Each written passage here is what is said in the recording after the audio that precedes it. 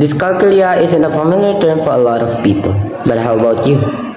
Do you know what dyscalculia means? Or do you know what dyscalculia is? Dyscalculia. Dyscalculia? Dyscalculia? Dyscalculia? Dyscalculia? Well, dyscalculia is disorder that research says is a genetic and differences on how the brain structures and functions. Dyscalculia is a learning disorder that makes it difficult for individuals to understand and work with numbers. It is not just about being bad at math or not liking about numbers. It's a real condition that can affect anyone regardless of their intelligence or background.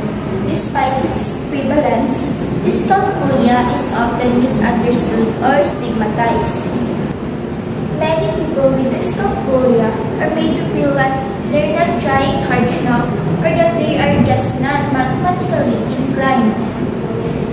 The truth is, dyscalculia is a legitimate learning disorder that requires understanding, accommodation, and support.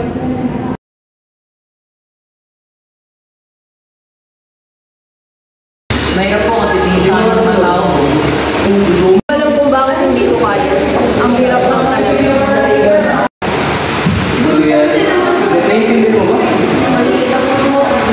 There's a lot of people that's been struggling with dyscalculia, and all we can do is to be knowledgeable about this kind of disorder and to educate others that there is an existing disorder like this and able to help them. By acknowledging and understanding dyscalculia, we can create a more inclusive and supportive environment for individuals who struggle with math.